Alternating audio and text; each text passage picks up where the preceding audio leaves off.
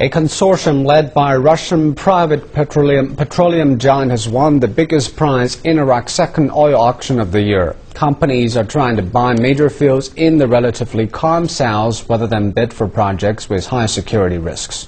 Once again, here's John Anand. Lukoil and Norway's Statoil ASA took the biggest prize in the closing round of the two-day auction, the 12 billion barrel West Kurna Phase 2 field in the Basra region.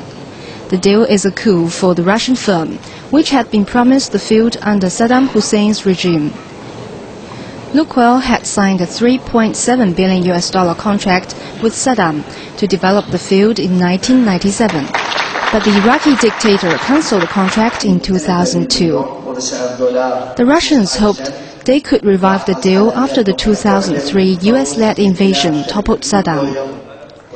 Following that war, Moscow wrote off most of Iraq's $12 billion of debt.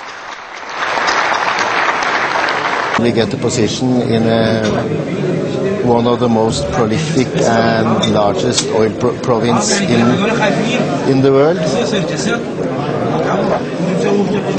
We have been working for many years with the Iraqi officials to make sure that we have good relationships and understand the country.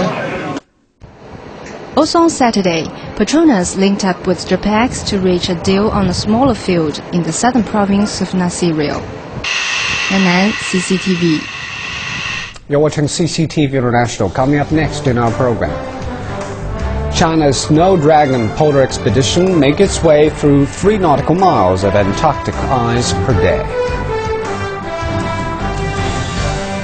And a Chinese language learning craze around the globe creates an urgent demand for qualified teachers.